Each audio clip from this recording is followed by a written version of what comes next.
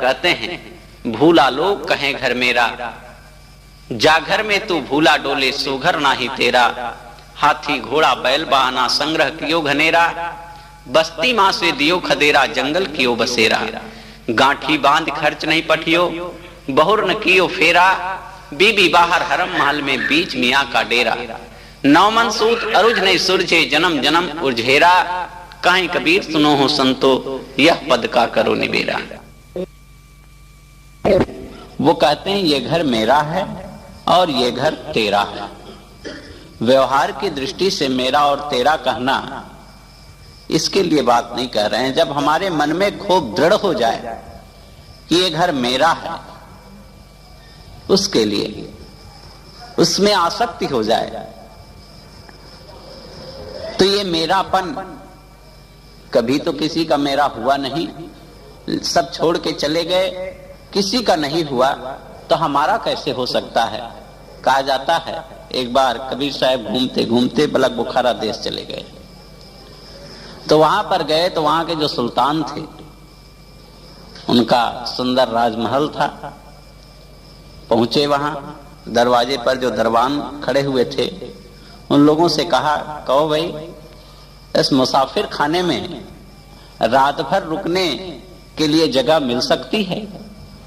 दरबानों ने कहा कि बाबा जी ये मुसाफिर खाना नहीं है, ये तो राजमहल है, राजमहल।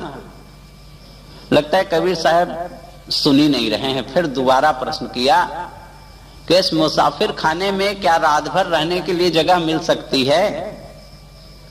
दरबानों ने कहा लगता है बाबा जी सुन नहीं रहे हैं। उन्होंने कहा भाई ये मुसाफिर खाना नहीं है, ये तो राजमहल है, राजमहल। कबीर साहब पक्के बहरे बन गए और तिवारा फिर कहते हैं कि भाई इस मुसाफिर खाने में रात भर रुकने के लिए जगह मिल सकती है। दरबानों ने कहा लगता है आप तो पक्के बहरे हैं। बहुत जोर लगा करके कहे कि ये मुसाफिर खाना नहीं है, ये तो राजमहल है, राजभवन है। कबीर साहब कहते हैं अच्छा ये बताओ यदि ये राजभवन है तो इसमें इस समय कौन राजा है। तो उन्होंने कहा सुल्तान इस समय जो है वो है। कहीं इनके पहले कौन थे? क्या इनके पिता थे? क्या उनके पहले? क्या उनके पिता? क्या उसके पहले? क्या उनके पिता? क्या अच्छा ये जब सुल्तान नहीं रह जाएंगे तब इस राजभवन का कौन मालिक होगा, गद्दी पर कौन बैठेगा? क्या इनका लड़का बैठेगा? क्या उसके बाद क्या उनका लड़का? कहे उन्होंने कहा नादानो मुसाफिर खाना किसे कहते हैं? जहां एक आता हो और एक जाता हो, मुसाफिर खाना उसे तो ही कहते हैं। इस भवन में, इस राजमहल में पता नहीं कितने आए और कितने गए और कितने आएंगे और जाएंगे, और फिर भी तुम कह रहे हो ये राजभवन है, मुसाफिर खाना नहीं है।